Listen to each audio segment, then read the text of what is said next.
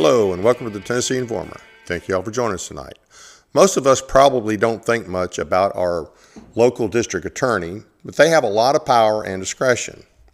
How he or she uses it or fails to use that power has a direct impact on the quality of life in our town or county where we live. If the DA is corrupt, incompetent, or lazy, then criminals are emboldened and crimes increase, making life more dangerous for us all. Look at Memphis as a perfect example. Tonight we'll talk about the power a DA has and what can be done, if anything, when you have a DA who is elected for 8 years at a time. Do we just have to wait out that time? Is there something that can be done otherwise? John Harris, a well-respected and successful attorney from Nashville, who is also the director and one of the founders of the Tennessee Firearms Association, joins us to discuss the topic. But first, it's time for the Informer Report.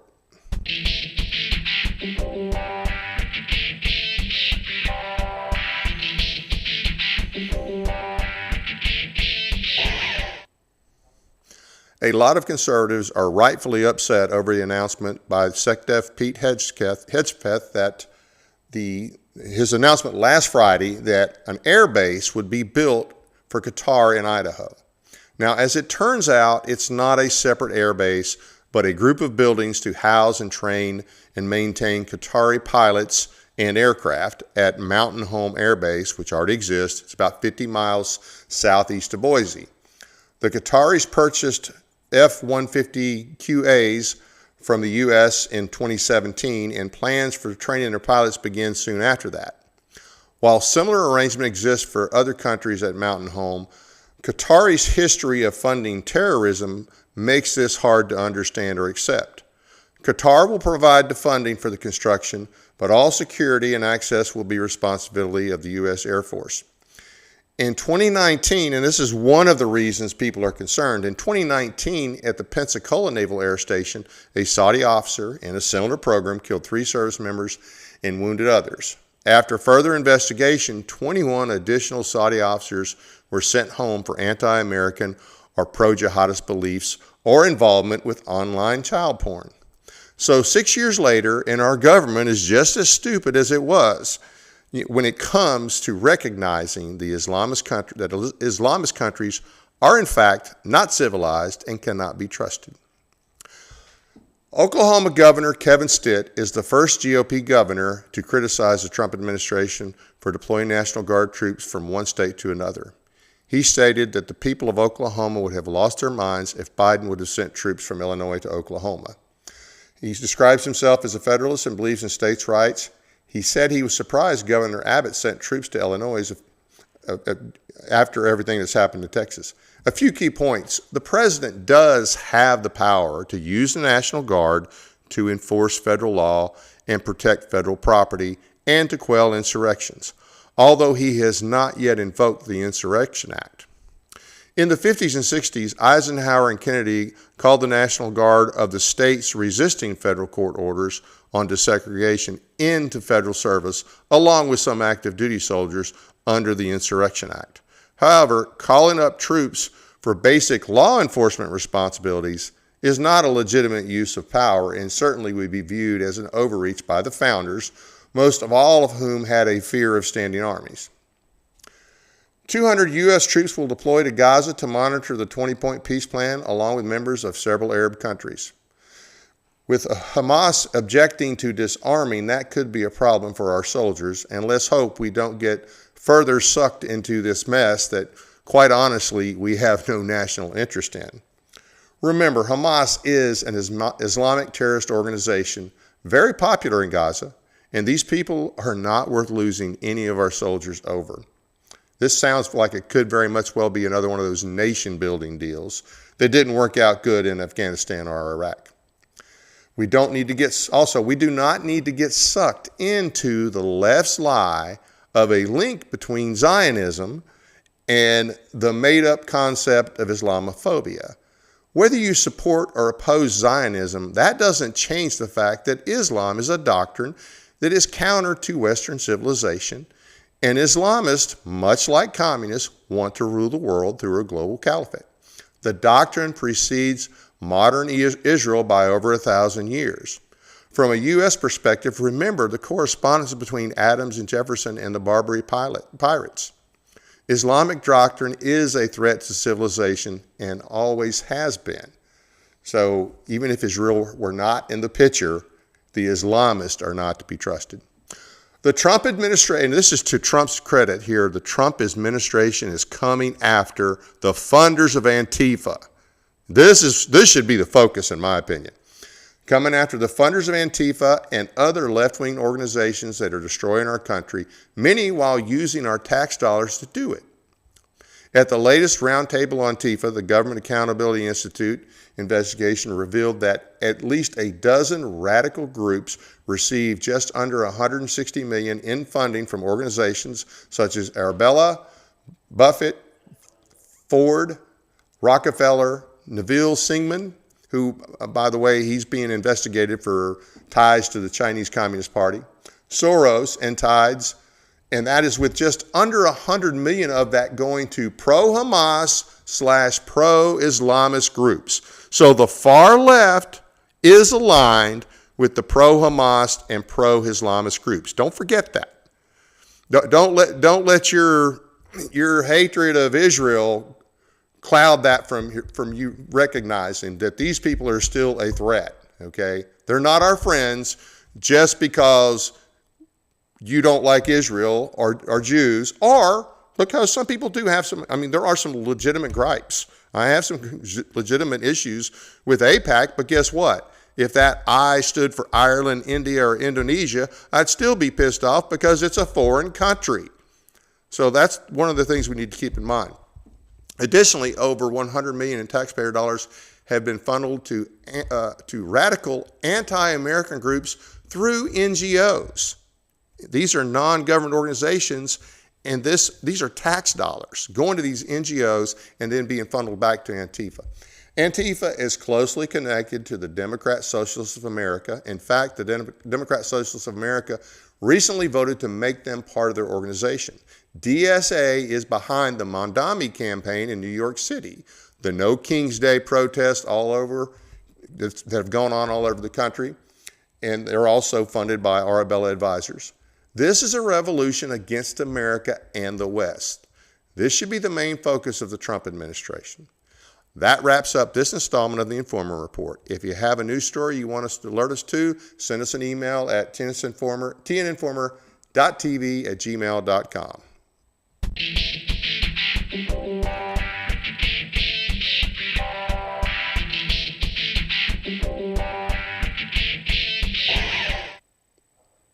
And now to our guest, John Harris. Hey, John, we appreciate your waiting. Sorry for the technical problems. Got a late start, but we appreciate you being with us. We know you're busy. Thank you for the invitation. Appreciate it. Yeah. Well, let's go ahead and get started. You are a lawyer, a successful lawyer, and I think you do mostly civil now, but you have done some criminal in the past. But in any event, you're well aware of the roles and responsibilities of a DA. I'm pretty confident that I think that you'll be able to cover this for us as well as anybody. How much authority and discretions do DAs have? You know, in Tennessee, and I think even more so at the federal level, but particularly in Tennessee, the district attorneys have a tremendous amount of discretion in terms of not only which matters they want to prosecute, but even categorically which types of statutes or crimes they want to prosecute. And sometimes, for example, that's not necessarily a bad thing, but when it's abused, it can be. And I'll give you an example of why I say it's not always a bad thing. We're presently litigating the Hughes versus Lee case, which challenges 2 Tennessee gun control statutes as unconstitutional. The trial court ruled in our favor that they are unconstitutional. Now that's on appeal. So Bill Lee and our Attorney General Jonathan's committee are spending our tax dollars to try to salvage these 2 statutes. But what we're hearing indirectly is that there are a number of district attorneys across the state who've basically told their departments that until these statutes are vetted through the courts, fully vetted on the appeal, that they're not going to prosecute mere firearm possession cases. Now, to Second Amendment advocates, that's not bad news. Right. But I don't know that it's necessarily the rule as opposed to just an exception, because there's other situations we've seen, for example, where district attorneys can just decide that certain types of cases, they want to put priorities on them. Like in Nashville for a while, it was well known that anything that involved a firearm, you were likely going to get prosecuted and upcharged even. Not necessarily because of the fact that you were particularly violent, but simply because the crime involved possession of a firearm. Yeah. And similarly, you've seen other areas. I believe there was here in Middle Tennessee, there was a district attorney who decided he just wasn't going to prosecute certain drug crimes. So they do have a tremendous amount of authority in deciding how the resources of their offices are going to be expended and what types of crimes they're going to pursue or not pursue categorically. Then you have the issue about the discretion that district attorneys have on upcharging people, like happens in some cases where they intentionally charge higher level felonies to try to force settlements. I've been involved in a few of those. You also see situations where they have a tremendous amount of discretion on plea bargaining. So, I mean, it does create what some might see as a problem, some might see as a perk, but district attorneys have almost unlimited discretion on how their offices function and what crimes they choose to prosecute or not prosecute. And so, if let's say you live in a county or a city where you think the prosecutor has been overly zealous, I mean, how would you go about pursuing? Who would you report that to? Well, that's a good question. There is a district attorney's conference, and all prosecutors, because they have to have law licenses, are regulated by the Tennessee Board of Professional Responsibility. If you think there's been misconduct on them as a licensed attorney, you can report that in a written complaint or inquiry to the Tennessee Board of Professional Responsibility. If your concern rather is that they're either being too zealous about prosecuting certain kinds of cases or not zealous enough, there's not really a mechanism for relief other than the fact that every 8 years they got to stand for re-election. And then that's an awful long time to have to come back and wait. And it's also a difficult task to go out and find somebody else that you can primary them with, assuming that's how you want to approach it. Right. So the fact that they have all this discretion, I mean, that's, I guess, written or accepted in the law. And so unless you can actually find something that they're doing criminal, there's not a whole lot you can do. What about on the other hand? Like I think Memphis has this problem of, with the prosecutorial discretion that they're not zealous enough. They're not really getting after it. And what can you do in those situations? Is there anything other than not reporting? really. There's not, other than there's a couple of things you probably could do. For example, you've got that option on their election cycles to try to run someone else against them. Probably a more effective tool that can be used is to go to the legislators and try to pass some legislation that creates some type of review or oversight. They tried to do that, or they told us they were going to do that a few years ago, and put some authority in the Attorney General's office on overseeing situations where local district attorneys are not prosecuting specific statutes.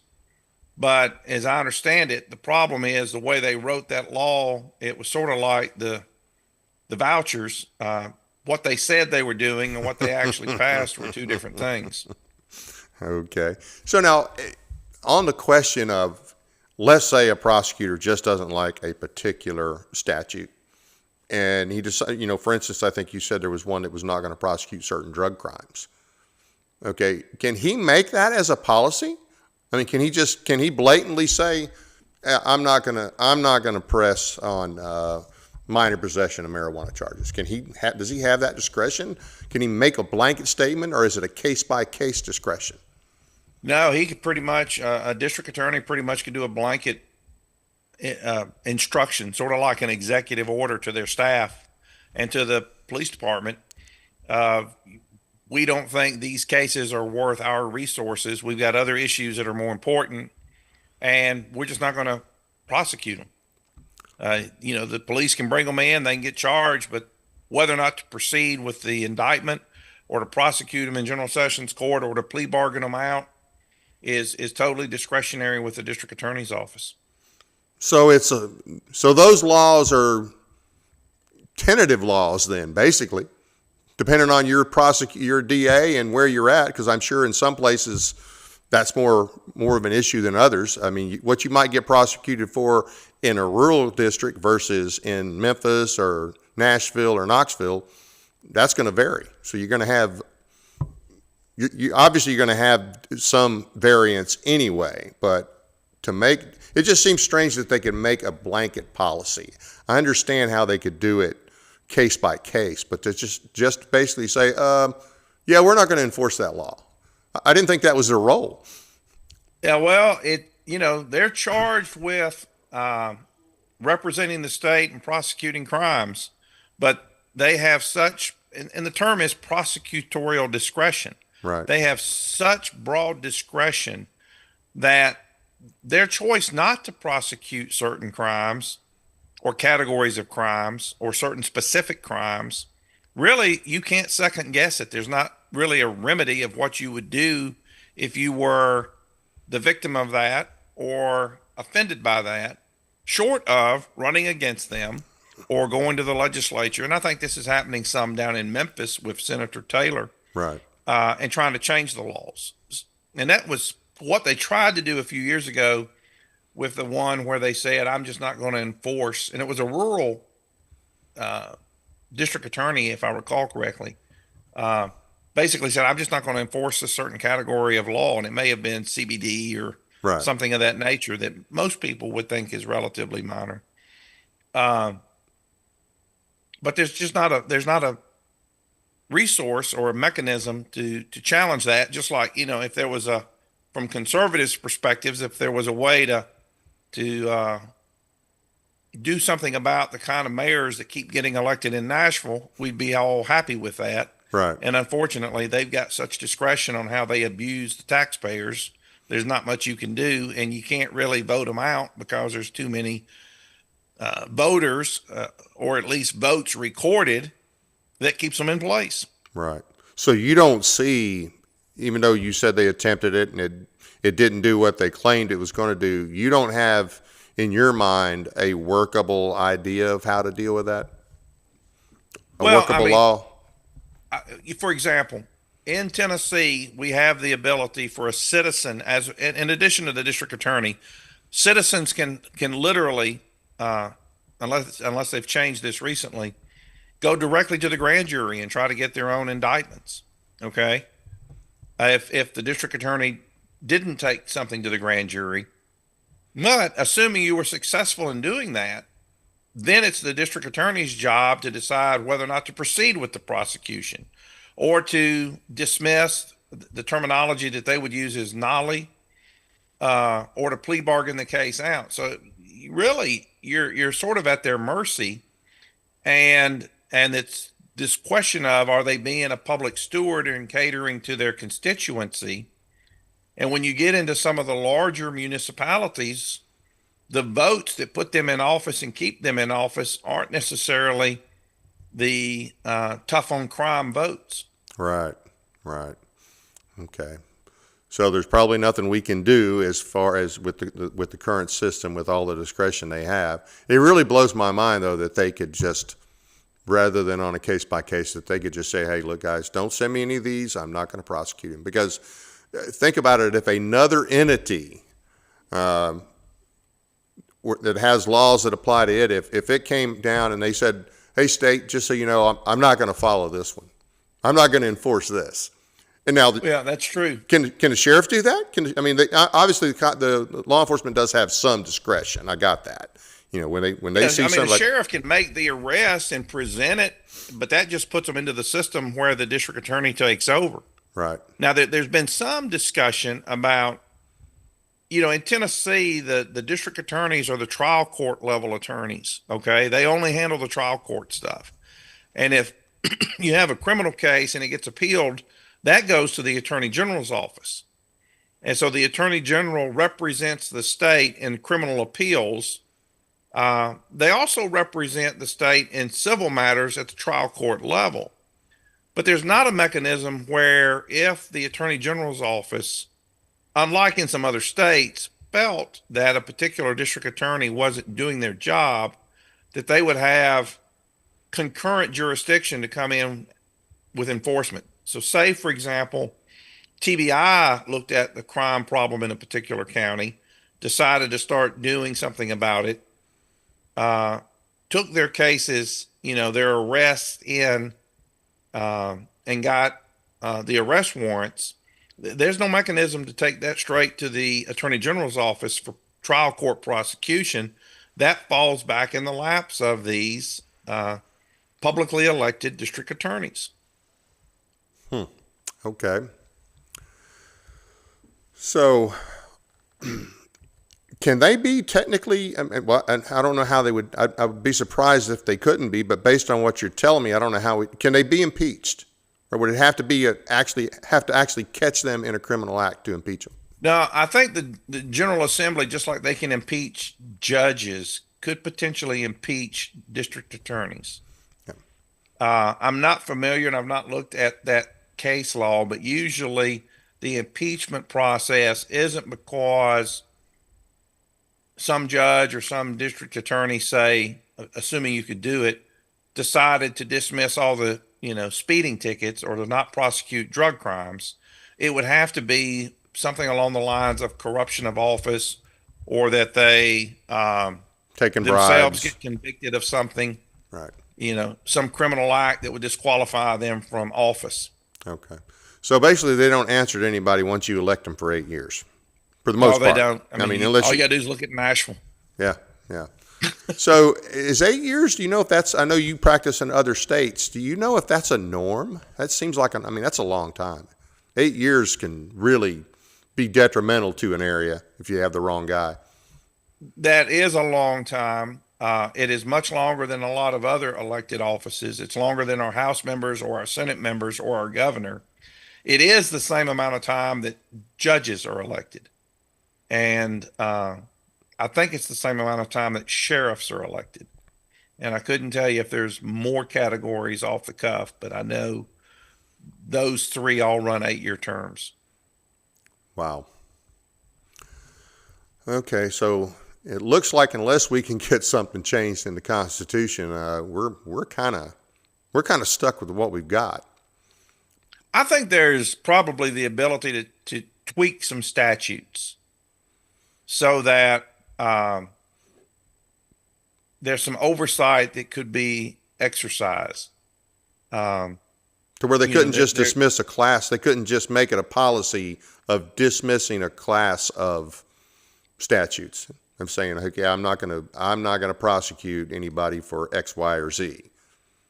Yeah, but these guys are smart enough, not necessarily men or women. These district attorneys are smart enough. If you ran a statute like that, they would reduce the volume of prosecution, but not eliminate it. They wouldn't publicly say we're not going to enforce it, where now they can literally say it and there's really no repercussions. Okay. Wow. Any other suggestions or ideas on this topic? Because I do want to pick your brain a little bit on some TFA issues. No, not in particular. I think this is really, I do know that Senator Taylor's working hard on this issue, and he's got two specific district attorneys. I think it's Shelby County, and then there's another one maybe up around Gibson County, where he's particularly focused on trying to change things so that they actually enforce the laws that are written and do so zealously. He's not made much progress there, but he's trying apparently.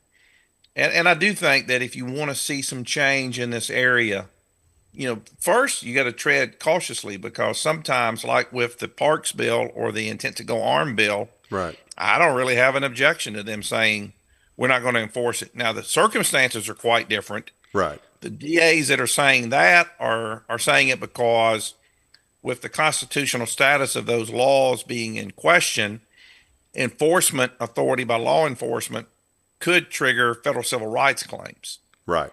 Well, I don't think that's the same motive that's behind refusing to enforce, crimes. Or, a bigger problem is not necessarily refusing to enforce, but just plea bargaining out at such low levels that it's a revolving door. Right. Right. And that's a problem. Well, it's a problem across the state and across the country, but I mean, obviously the metro areas, just by their size, you're going to have more of that. And then it just feeds on it and becomes, like you say, a revolving door, and the perpetrators know it's a revolving door. So, unless they murder somebody, and even then, I don't know that's not always a guarantee that they're not going to be back on the street pretty quick. Well, and keep in mind, when it's the plea bargaining side of the case, there's another government official involved, and that's the judges who accept the plea. And if you remember the Trump case involving the tax and the firearm, there was a plea negotiated, not the Trump, the Biden, and the federal judge refused to accept the plea. And so we could see a situation, and this doesn't have to do with what you prosecute and what you don't, but some of these judges could start saying, I'm not going to accept that plea bargain. Okay.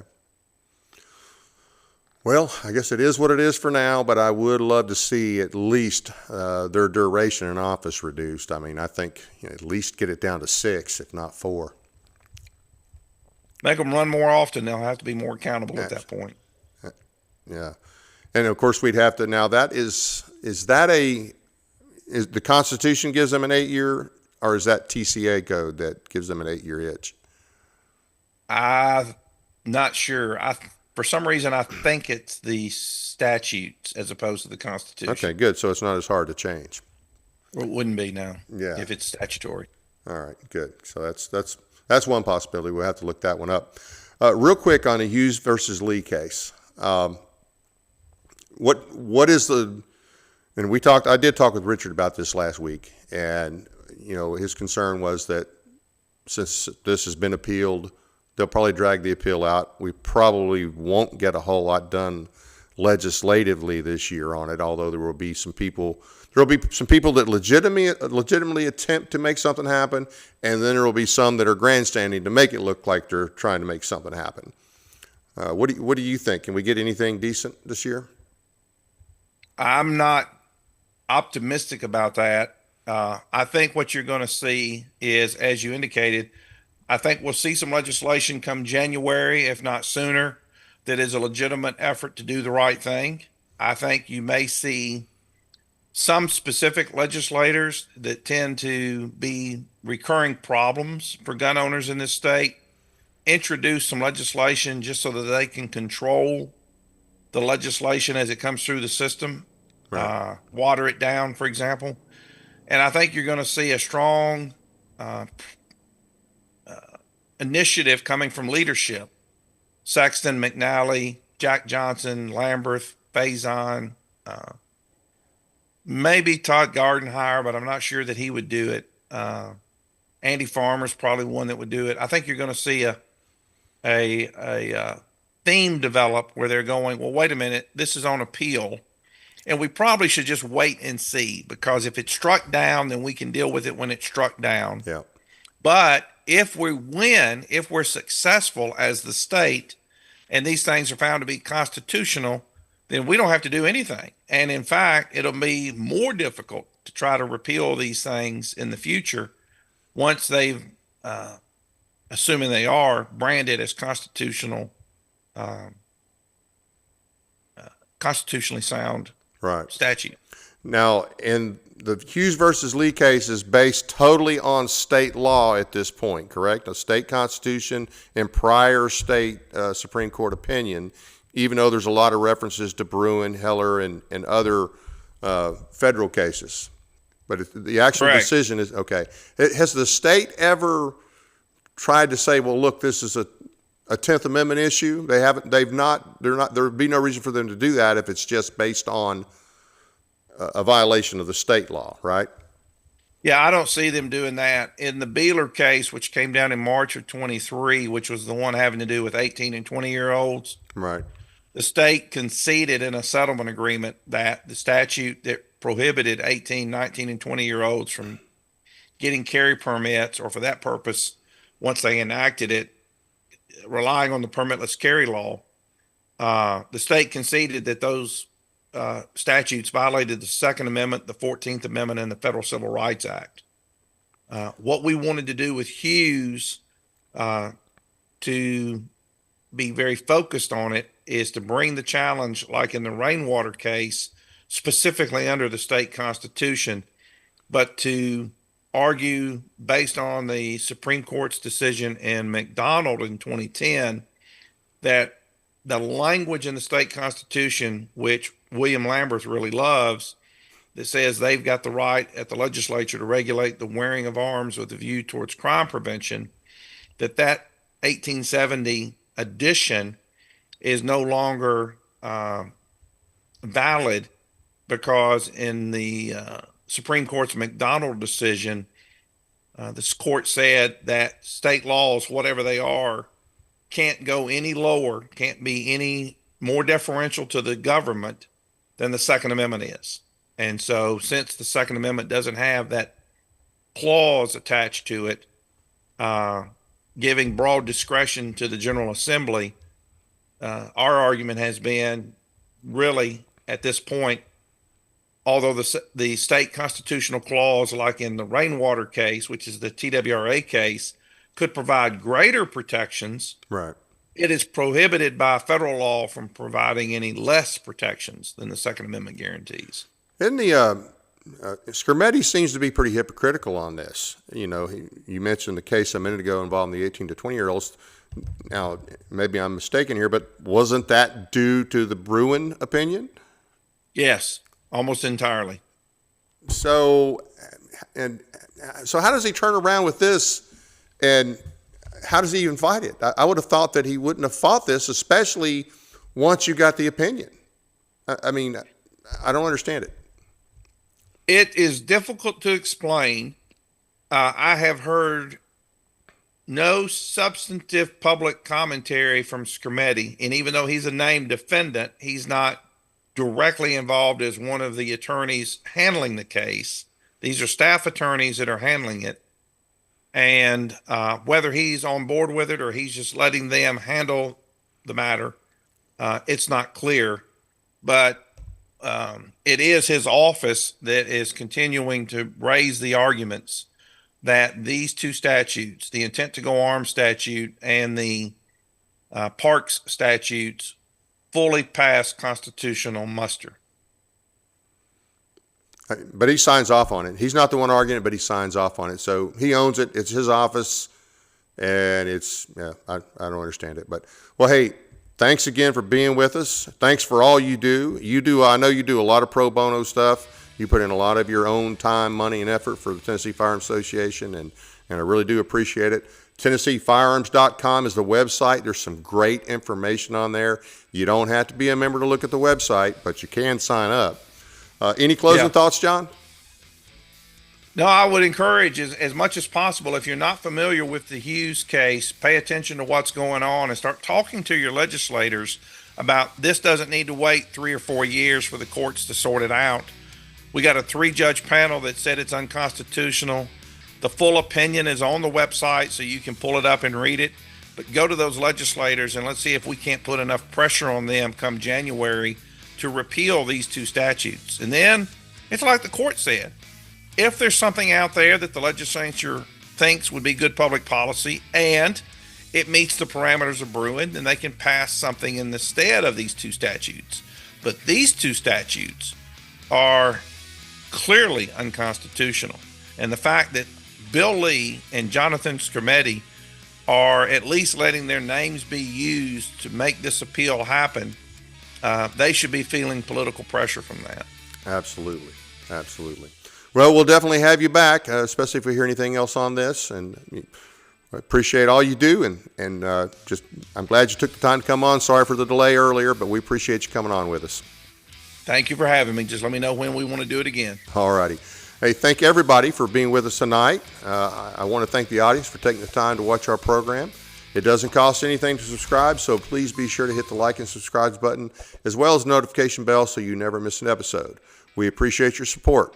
Thanks again to Jonathan and Mary for their financial support from August through October. You guys are great. We really, really appreciate it. Check out our audio podcast on iHeartRadio, Spotify, and other platforms as well. Sign up for our weekly newsletter at our website, teeninformer.com. Find and follow us on Facebook and Twitter. We have a few announcements for you. The Stewart County Sons of Confederate Veterans will host Gene Andrews on October 14th, 7 p.m. at the Stewart County Visitor Center for a discussion on Nathan Bedford Forrest and the true story of the so-called Fort Pillow Massacre. It was not a massacre. Anyway, the Henry County GOP will host a meet and greet for Monty Fritz, who is running for governor in 2026. This will be on October 23rd, 6 p.m. at Tom's Pizza, 2501 Eastwood Street. Please arrive early if you intend to eat. The Stewart County GOP will host a meet and greet for Monty Fritz October 30th, 6:30 p.m. at the Stewart County Visitor Center. If you haven't heard Monty speak, you need to. Join us again tonight at 8:30 p.m. Central for our second guest of the night, Arthur Hampton, the Southeast Regional Director of the John Birch Society. He's going to tell us about the origins of the organization and what they stand for. Tune in and find out if you're Bircher material. Next Monday, October 20th, Kathy Henners and Pastor Stuart Reynolds of England joins us to discuss how Islam has destroyed England and the rights of the citizens with the help of their government, and how to keep that from happening in Tennessee. Our second show next week, investigator Mike Elam joins us to tell the ugly truth about Buford Pusser of Walking Tall fame. Hope you can join us. That's it for now. Good night from Paris, Tennessee, that is.